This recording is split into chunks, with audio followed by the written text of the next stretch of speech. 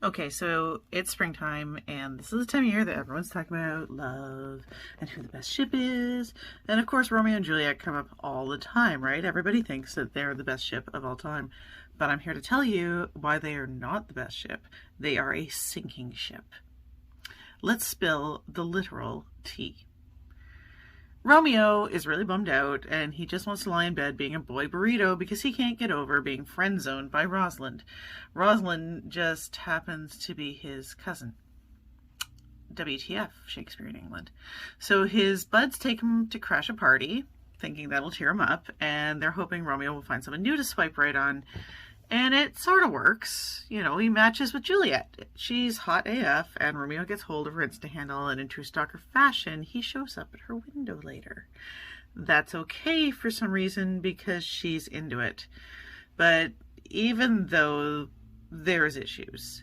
So this is where you're going to stop the video if you want to avoid major spoilers. Just kidding. Nobody reads Shakespeare anymore unless they have to for school. So Romeo's fam has a big historic beef with Juliet's fam, and there's no way their parental units are going to let them peacefully vibe together all happily ever after. That party is basically Juliet's engagement party. She's supposed to marry some rich dude named after a city. So when her cousin Tybalt sees Romeo and his buddies, he realizes who they are, gets big mad, and kicks them all out of the party. This is important later. The happy couple figures out that their respective families will be constantly up in their collective grills if they hook up. So Rome and Julie sneak off, and they get hitched so that she won't have to go through the wedding that she didn't ask for. Here's the first really big spoiler. That sets off a ton of drama.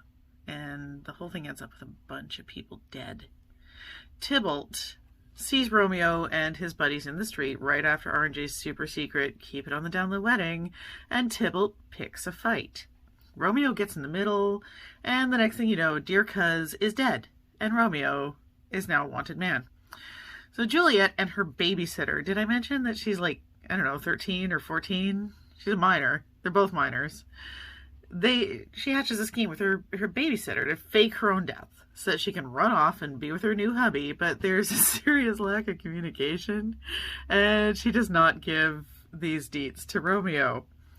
So Romeo hears through the grapevine about his rebound wifey unaliving herself.